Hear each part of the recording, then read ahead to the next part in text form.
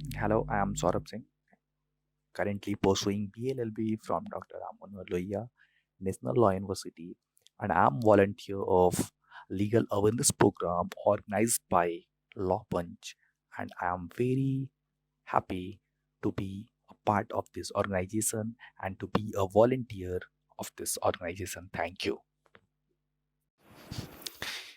Hello, I am Saurabh Singh, and I am here to discuss some basic things about our constitution.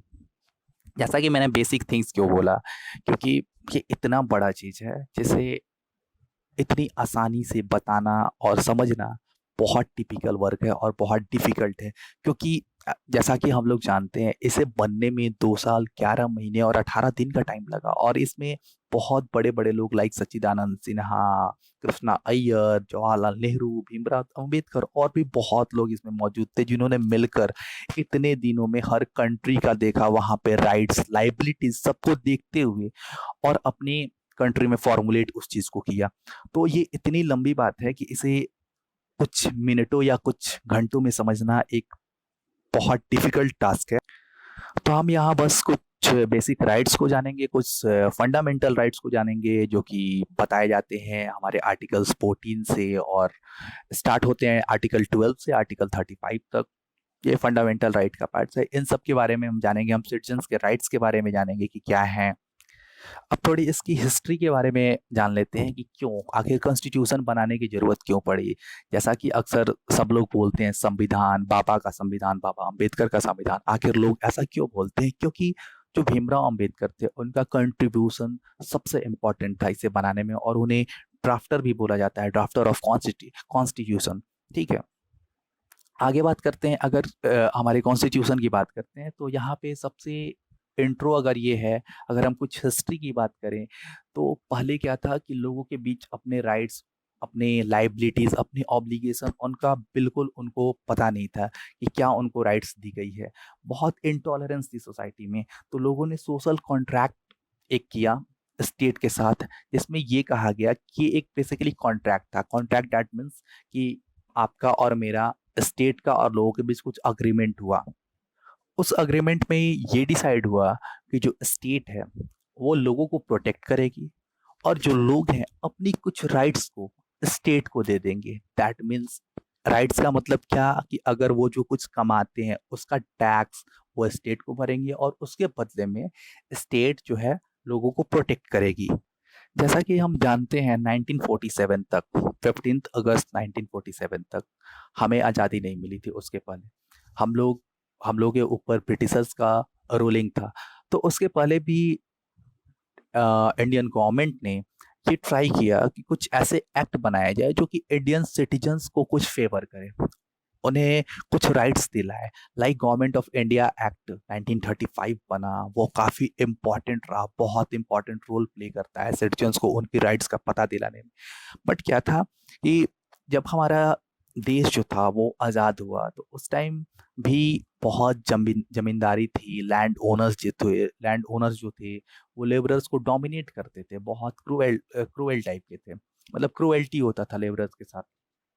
उसको ठीक करने के लिए ज़मींदारी abolition act भी लाया गया ताकि लोग अपने राइट्स को समझें और एक लिमिटेड ये प्रॉपर्टी उनको दे दिया गया कि आप इतनी प्रॉपर्टी ही रख सकते हो। जैसे खेतों के मामले में, लैंड लैंड के मामले में उन्हें बताया गया कि इतनी ये आपकी एक एक इंडिविजुअल आदमी की इतनी सीमा है, वो इतना ही लैंड रख सकता है अपने पास। तो इस लैंड एवोल्यूशन से क्या हुआ कि लोग जो थे, जो वीकर सेक्शन के थे, वो कुछ ऊपर आए। उन्हें कुछ ऐसा लगा कि नहीं, गवर्नमेंट उनको प्रोटेक्ट करना चाहती है। तो संविधान जो है उन्हें राइट्स बताता है, वो रिटन रूल एंड रेगुलेशन बनाया कि लाइक ये जो है राइट्स दिए गए हैं लोगों को, अगर ये राइट्स वायलेट होते हैं तो लोग डायरेक्टली सुप्रीम कोर्ट तक भी जा सकते हैं बिना सिविल और हाई कोर्ट के गए, अगर उनके राइट्स का वायलेशन होता है। राइट इन द सेंस उनके लीगल राइट का, जो कि स्टेट ने, किसी एक्ट ने, कुछ किसी स्टैट्यूट ने उन्हें बना के दिया, उस राइट्स का अगर वायलेशन होता है तो वो हाई कोर्ट, सुप्रीम कोर्ट तक डायरेक्ट आ सकते हैं। अगर हम बात करें हमारे कॉन्स्टिट्यूशन के इंट्रोडक्शन की, तो हमारा इंट्रोडक्शन स्टार्ट होता है प्रेम्बल से, जहाँ पे स्टार्ट होता है, वर्डिंग लिखा है with the people of India. That means ये कहना चाहता है कि जो हमारे देश के लोग हैं, जो सिटीजन्स ऑफ इंडिया हैं, वही सोर्स हैं कॉन्स्टिट्यूशन के हमारे, मतलब वो एक स्रोत के रूप में काम करते हैं। बट इन 1950 जब बेरूबारी का मामला हुआ तो उसमें सुप्रीम कोर्ट ने ये तक कह दिया कि प्रेमबल हमारे कॉन्स्टिट्यूशन का पार्ट ही नहीं है। अगर प्रेमबल हमारे कॉन्स्टिट्यूशन का पार्ट नहीं है, दैट मीन्स जो प्रेमबल में लिखी हुई बातें हैं, liberty, equality of status, opportunity, ये सब फिर क्या है, फिर बेकार हो गई बातें। तो इस चीजों को, इस बात को केशवानंद भारती के केस ने सॉल्व किया, और यहाँ तक आने के बीच में बहुत सारे केस आए और बहुत सारे केस ने मिलकर, और ये जो डिसीजन केशवानंद भारती में आया, इसने बहुतों के राइट्स को सेव किया। इसे थोड़े ब्रीफ में जानते हैं।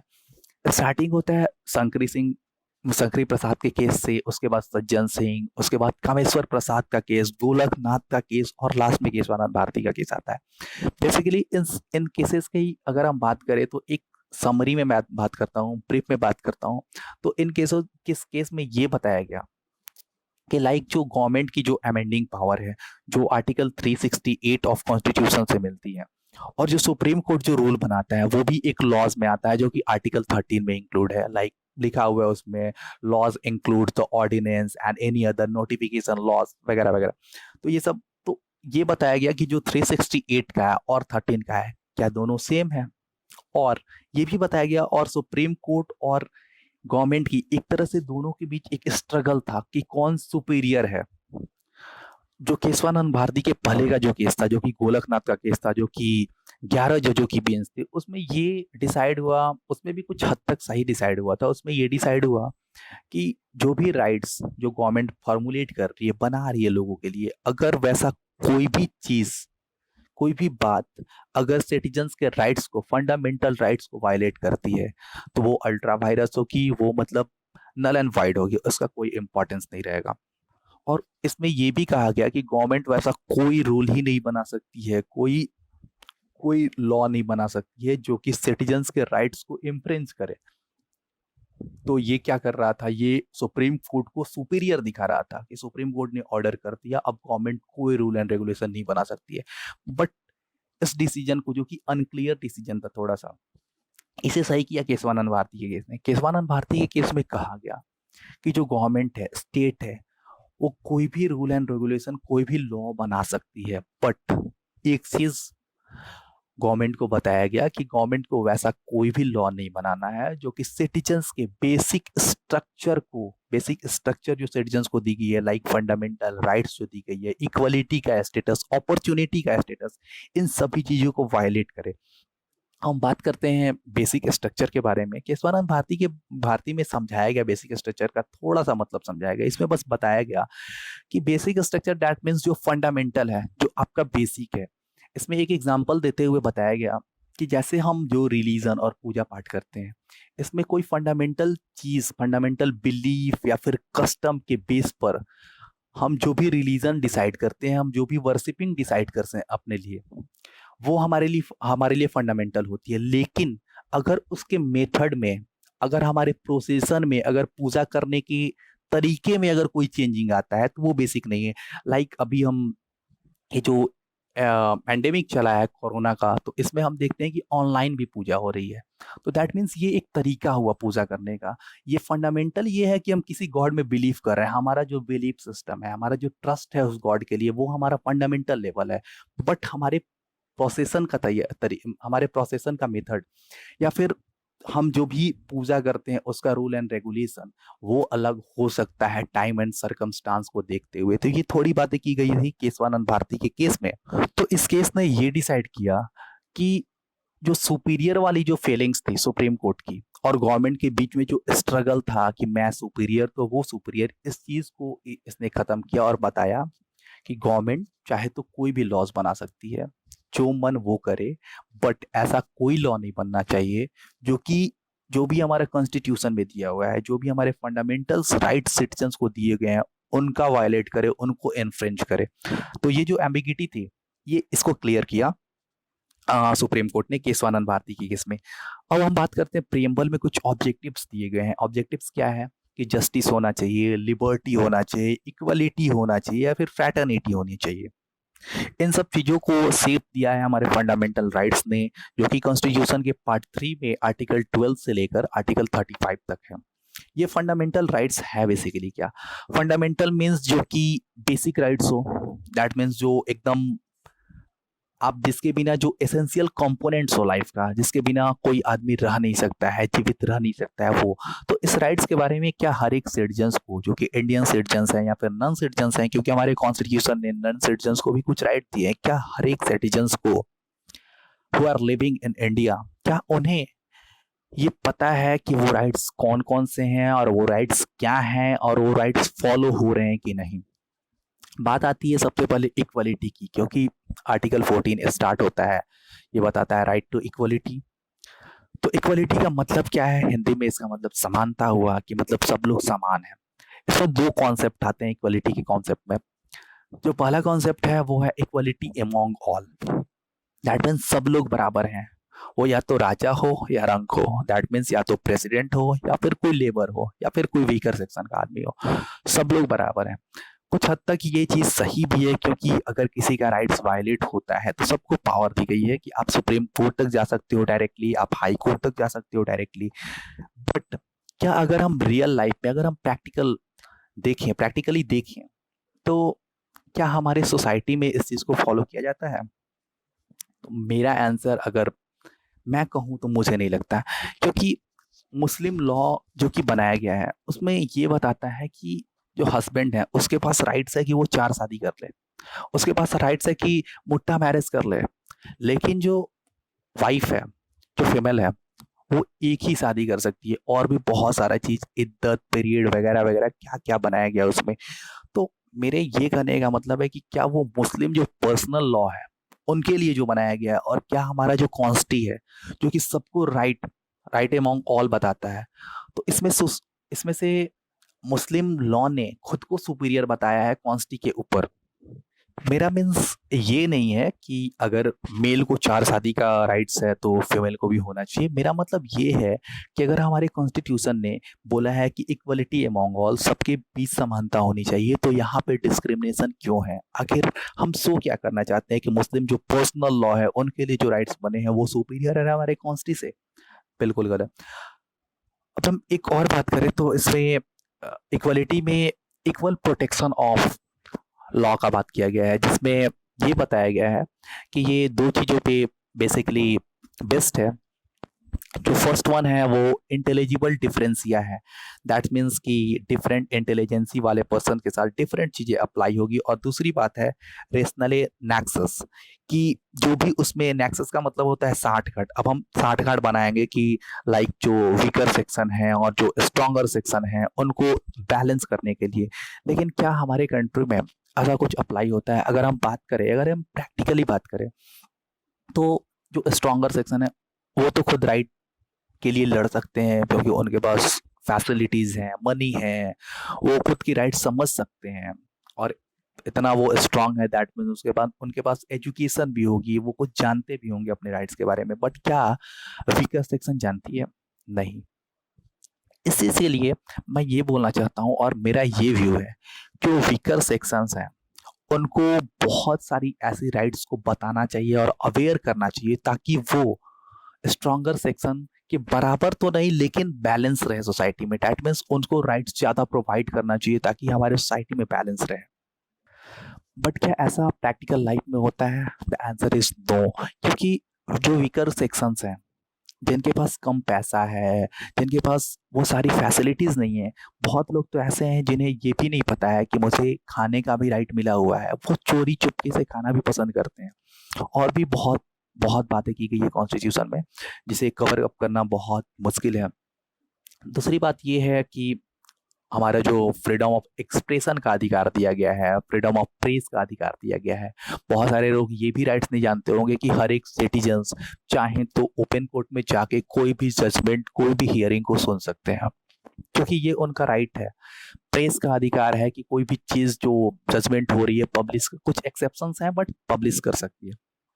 और हम बात करते हैं आर्टिकल 21 जो कि सबसे ज़्यादा इम्पॉर्टेंट है और सबसे ज़्यादा केसेस आर्टिकल 14, 19 और 21 जो कि ट्रायंगल है एक, इनसे ही सबसे ज़्यादा केस फॉर्मुलेट हुए हैं हमारे कॉन्स्टिट्यूशन में। ये बताता है right to life and personal liberty, that means सबको जीने का अधिकार है और सबको आज़ादी, मतलब जो वो चाहें जिस वे में चाहे रहना उनको रहने का अधिकार है। बट यह इसे भी फॉलो किया जा सकता है लाइफ में। एक सुप्रीम कोर्ट का एक जजमेंट ये आया था कि अगर एक औरत चाहे, ये औरत के कॉन्सेंट के ऊपर है, ये औरत की मर्जी के ऊपर है, अगर वो चाहे बच्चा ना पैदा करना तो भी ठीक है। अगर वो चाहे कि उसके कॉन्सेंट के ऊपर बेसिकली ये बेस्ट है कि उसे और भी बच्चे चाहिए न या नहीं चाहिए। बट हमारे सोसाइटी में जैसा कि हम लोग देखते हैं बहुत सारी फैमिलीज जो कि फोर्सफुली अगर कोई डॉटर हुई है या फिर घर में बेटी हो गई तो उनको बेटों की चाह ने उस औरत के फंडामेंटल राइट को भी वायलेट कर रहा है। इस ये अगर हम बात करें करंट सिनेरियो की, तो अभी कोरोना की बात चल रही है यहाँ पे। ये कुछ दिन पहले, 2 या 3 दिन पहले, ये औरंगाबाद में पटरी के पास लेबर्स जो थे उन्हें ट्रेन ने कुचल दिया। तो क्या यहाँ पे अगर हम बात करें तो उनके फंडामेंटल राइट्स का वायलेशन नहीं हुआ? गवर्नमेंट ने उन्हें शेल्टर आखिर क्यों नहीं दिया? गवर्नमेंट ने उन्हें रहने के लिए कोई आवास वगैरह क्यों नहीं दिया? अगर आवास नहीं दिया तभी तो वो आके रेलवे ट्रैक पे सो रहे हैं, क्योंकि उन्हें भी पता है ट्रेन तो चल नहीं रही है और अचानक से ट्रेन आ गई और वो चलेगा। तो उनके भी फंडामेंटल राइट्स का वायलेट हो रहा है। और भी बहुत सारी चीजें हैं, लाइक लोग जो हैं, जो लेबर्स हैं, यहाँ से वहाँ बहुत दूर दराज से आ रहे हैं, पैदल आ रहे हैं, जा रहे हैं, क्योंकि उनके मन में ये फियर हो गया है कि लाइक अगर हमें किसी ने देख लिया तो वो हमें 14 दिन और 21 दिन का क्वारंटाइन में डाल देंगे। तो I want to ask a question to government और to people of our country कि क्या एक ये जो मन में जो फियर है, लोगों के मन में जो फियर है या फिर डर की भावना है, क्या ये सही है? ये उनके फंडामेंटल राइट को वायलेट नहीं कर रहा है जो कि राइट टू लाइफ में दी हुई है? ये ये भी बताता है कि सबको आज़ादी से लिबर्टी में रहने का अधिकार है। तो क्या वो लोग लिबर्टी में हैं जो कि डर डर के अपने को टेस्ट देना नहीं चाहते हैं, छुप छुप के रहना चाहते हैं? ये गवर्नमेंट का एक फियर है। मैं यहाँ पे किसी भी गवर्नमेंट साइड का क्रिटिसाइज करने नहीं आया हूँ, मैं ये बताने आया हूँ कि लोग अपने राइट्स को समझें और गवर्नमेंट का भी ये ऑब्लिगेशन बनता है कि लोगों के राइट्स को प्रोटेक्ट करें। बट रियल लाइफ में, प्रैक्टिकल लाइफ में ऐसा कुछ नहीं हो रहा है। तब भी वो लोग जो कि सफरर्स भी हैं, जिनको हो भी क्या है, वो डर रहे हैं बाहर बाहर आने में, क्योंकि उन्हें पता है कि क्या पता कैसी फैसिलिटीज होगी, क्या पता मुझे राइट्स मिलेगा नहीं मिलेगा, क्या पता मैं अपने घर लौट आऊंगा। और जिन्हें नहीं हुआ है वो इसलिए डर रहे हैं क्योंकि उन्हें लगता है कि मुझे कहाँ ले जाया जाएगा, ये क्वारंटाइन 20 दिन 21 दिन। तो मैं ये बस पूछना चाहता हूँ कि ये कहना चाहता हूँ कि वो जो डर की फीलिंग्स है लोगों के मन में, उस डर को खत्म करना है, क्योंकि ये इनडायरेक्टली और डायरेक्टली यू कैन से उनके राइट्स का वायलेशन करता है जो कि हमारे कॉन्स्टिट्यूशन में दी गई है। आपको ये जानकर हैरानी होगी कि हमारा जो संविधान है, इसे बचाना और इसके जो फंडामेंटल राइट्स हैं, इसे मेंटेन रखने के लिए एक इतनी बड़ी लड़ाई इतने लोगों ने लड़ा है, यू कांट इमेजिन। पहली बात ये है कि ये जो हमारा फंडामेंटल राइट्स है या फिर कॉन्स्टिट्यूशन है, इसको स्ट्रॉन्ग सबसे पहले किया हमारे जो पीआईएल आया था 1960 के आसपास। इस पीआईएल ने और उसको मजबूती दी और इसको रोबस्ट किया और उसको स्ट्रेंथन किया कि लोगों को लाइक बहुत खर्चे आते थे और बहुत सब लोग जो वीकर सेक्शन के हैं वो अपने राइट्स को जानते भी नहीं थे और उनके पास उतनी फैसिलिटीज भी नहीं थी कि वो कोर्ट में जाए, सुप्रीम कोर्ट में जाए, अपनी बात कहे। तो पीआईएल से ये बात पता चला कि यार जो लोग वीकर सेक्शन है, अगर वो उनके पास फैसिलिटीज नहीं है तो एक आम नागरिक जो कि एक सिटीजन है इंडिया का, वो भी एक पीआईएल फाइल कर सकता है और बहुत ही लो कॉस्ट में। तो एक बहुत अच्छा एक स्टेप लिया गया और भी कुछ राइट्स दिए गए हमारे कॉन्स्टिट्यूशन में, लाइक आर्टिकल 32, आर्टिकल 226, इन दोनों में बताया गया, आर्टिकल 226 में ये बताया गया कि अगर आपको कोई भी फंडामेंटल राइट या फिर कोई भी लीगल राइट या स्टैट्यूटरी राइट्स कोई भी चीज़ वायलेट हो रही है जो कि आपको दी गई है, तो आप डायरेक्ट हाई कोर्ट में जा सकते हैं। आर्टिकल 32 जो कि रेमेडीज के बारे में बताया गया है, ये बोलता है कि मतलब अगर आपको लगता है कि आपके फंडामेंटल राइट्स वायलेट हुए हैं, फंडामेंटल राइट्स जो कि बताए गए हैं आर्टिकल 12 से लेकर आर्टिकल 35 के बीच में, अगर उनमें से किसी भी राइट्स का, लाइक इक्वलिटी का, राइट टू एक्सप्रेशन का, राइट टू लाइफ का, राइट टू वर्शिप का, राइट टू माइनॉरिटी राइट्स का, इन सभी में से किसी भी चीज़ का अगर वायलेशन हुआ है तो आप डायरेक्टली सुप्रीम कोर्ट में जा सकते हैं। अगर आप डेली लाइफ में देखें और बहुत से गांव में, बहुत दूर दूर के गांव में, कुछ शहर में तो अभी कुछ ठीक है, बट गांव में, अगर गांव की अगर हम बात करें तो वहाँ पे बहुत सारे बच्चे जो हैं, जो उनका जो पहले लाइक जनरेशन वाइज उनका चलता है, लाइक उनके जो फादर्स, ग्रैंडफादर्स, जो ऑक्यूपेशन उन्होंने रखा है, मेंटेन करा है, उसी को बच्चे भी मेंटेन करते हैं पढ़ाई लिखाई छोड़कर। मैं वीकर सेक्शन की बात कर रहा हूँ, लाइक जो रिक्शा चलाने वाले हैं, लाइक जिनकी जिनके मदर्स और फादर, जिनके पेरेंट्स कहीं दूसरे के घरों में काम करते हैं, तो उनके बच्चे भी वही चीज़ ऑक्यूपेशन को अपनाते हैं या फिर पढ़ाई लिखाई से दूर करते हैं। इस चीज़ को मेंटेन रखने के लिए, इस चीज़ को ठीक करने के लिए, मेंटेन नहीं, इस चीज़ को इम्प्रूव करने के लिए गवर्नमेंट ने क्या किया, गवर्नमेंट ने 86 अमेंडमेंट लाई। 86 अमेंडमेंट 2002 का है। इसमें बताया गया आर्टिकल 21 ए को भी ऐड किया गया और आर्टिकल 45 में भी एजुकेशन को डाल दिया गया कि सबको पढ़ने का अधिकार, राइट। और आर्टिकल 21 ए में ये फंडामेंटल राइट्स के तौर पे दे दिया गया, राइट टू एजुकेशन का। और एक ड्यूटीज भी दे दिया गया, फंडामेंटल ड्यूटीज के रूप में भी राइट टू एजुकेशन को बता दिया गया कि पढ़ने लिखने का अधिकार 6 साल से लेकर 14 साल के लड़कों को स्कूल जाने का अधिकार है। बट ये अधिकार आज भी लोग नहीं जानते हैं और आज भी बहुत सारे पेरेंट्स हैं और बहुत सारे लोग हैं जिनके बच्चे घरों में ही रहते हैं। तो मैं ये बात फंडामेंटल राइट्स जो है, जो हमारा कॉन्स्टिट्यूशन है, बेसिकली मुझे लगता है कि बस इसे एक लॉ स्टूडेंट नहीं, किसी को भी बस अपने फंडामेंटल राइट्स के बारे में पता होना चाहिए कि उनको क्या, जो हमारी गवर्नमेंट है, जो हमारा स्टेट है, जो हमारा लेजिस्लेशन है, उनके लिए क्या रूल एंड रेगुलेशन, उनके लिए राइट्स क्या बनाया गया है, ताकि वो इस चीज़ को समझे, ताकि वो उनको कोई डोमिनेट ना करे जो कि स्ट्रॉन्गर सेक्शन है। अपने राइट्स को समझ के वो डायरेक्टली सुप्रीम कोर्ट या हाई कोर्ट तक जा सकते हैं और बहुत ही कम कॉस्ट में। ऐसा नहीं है, इसीलिए सबसे अच्छी चीज़ पीआईएल जो बने यहाँ पे, जो अगर वीकर सेक्शन है, अगर वो नहीं जाना चाहता है तो उसके बदले में कोई भी फाइल कर सकता है पीआईएल। लेकिन इस पीआईएल का भी बहुत मिसयूज भी हुआ है, बट वो अलग चीज़ है। लेकिन ये अच्छा, ये भागवती जी का जो पीआईएल लाया गया था वो एक अच्छा स्टेप था for protecting the fundamental rights of the citizens.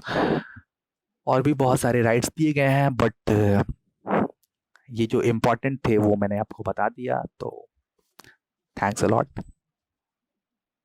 अगर आपको इसमें कोई भी प्रॉब्लम है या फिर कुछ भी लगता है कि मेरे व्यूज सही नहीं हैं, लाइक जैसे मैंने मुस्लिम लॉज के बारे में बताया, उनके पर्सनल लॉज को जहाँ सुपीरियर बता दिया गया कॉन्स्टी से, तभी वो 4 शादी कर सकते हैं और उनकी फीमेल एक ही शादी कर सकती है। तो यहाँ पे मेरे को लगा कि वहाँ पे उनको सुपीरियर बताने की कोशिश की गई है, बट मेरे व्यूज में ये है कि जो कॉन्स्टी है, जो हमारा संविधान है, वो सबसे बड़ा सुपीरियर होना चाहिए। और यहाँ पे हमारे संविधान ने अगर इक्वलिटी की बात करती है तो वहाँ पे भाई कहाँ इक्वलिटी दिख रही है।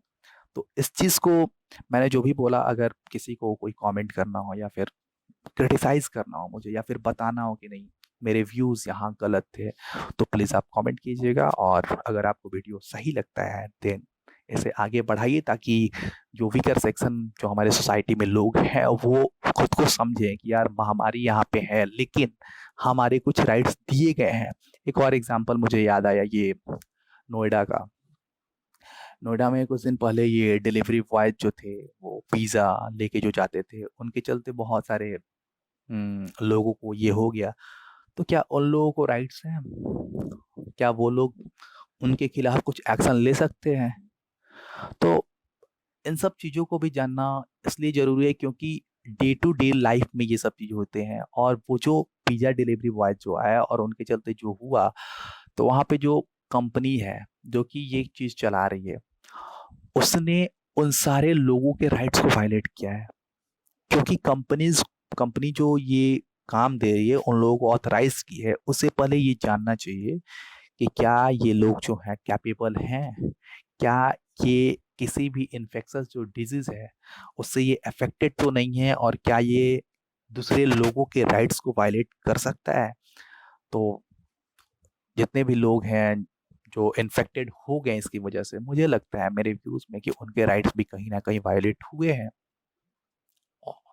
सो हाँ, मेरे व्यूज जो थे, अगर आपको सही नहीं लगे या फिर लगता है कि कहीं मैं गलत हूँ या फिर मुझे ऐसा बोलना चाहिए था, तो प्लीज़ बताएं। और अगर सही लगता है कि जो मैंने बोला वो ठीक है, तो इसे प्लीज़ उन सोसाइटी तक पहुंचाएं, इसे शेयर करके, ताकि उन लोगों को भी कुछ पता चले कि हाँ, मेरे भी कुछ राइट्स दिए गए हैं हमारे कॉन्स्टिट्यूशन में। ऐसा नहीं कि बस ये नाम सुनने को पड़ा है संविधान। बट जो भी है, प्लीज़ इसे शेयर करें अगर अच्छा लगा। और कोई भी आपको लगता है कि कुछ करेक्शन हो सकता है तो प्लीज़ मुझे रिकमेंड करें। Thank you.